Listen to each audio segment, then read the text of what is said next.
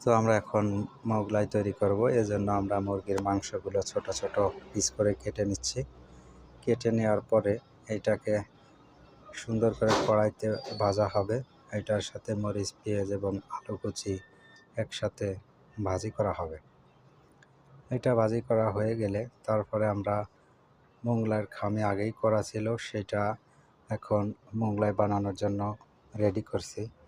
এখানে 2টা ডিম দেওয়া হলো, এরপরে মরিচ, পেঁয়াজ, মুরগির মাংস, আলু কুচি ভাজি দেওয়া হলো।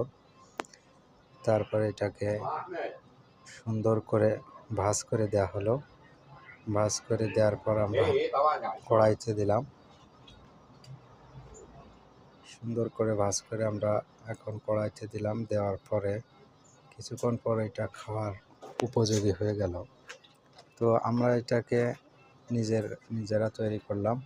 তো খাওয়ার জন্য আমরা এটার সাথে নিব মরিচ, পেঁয়াজ এবং টমেটো। তো এটা খুবই সুস্বাদু ছিল, খুবই ভালো লাগলো খেতে। তো আশা করি আপনারাও তৈরি করে খাবেন বাসায়।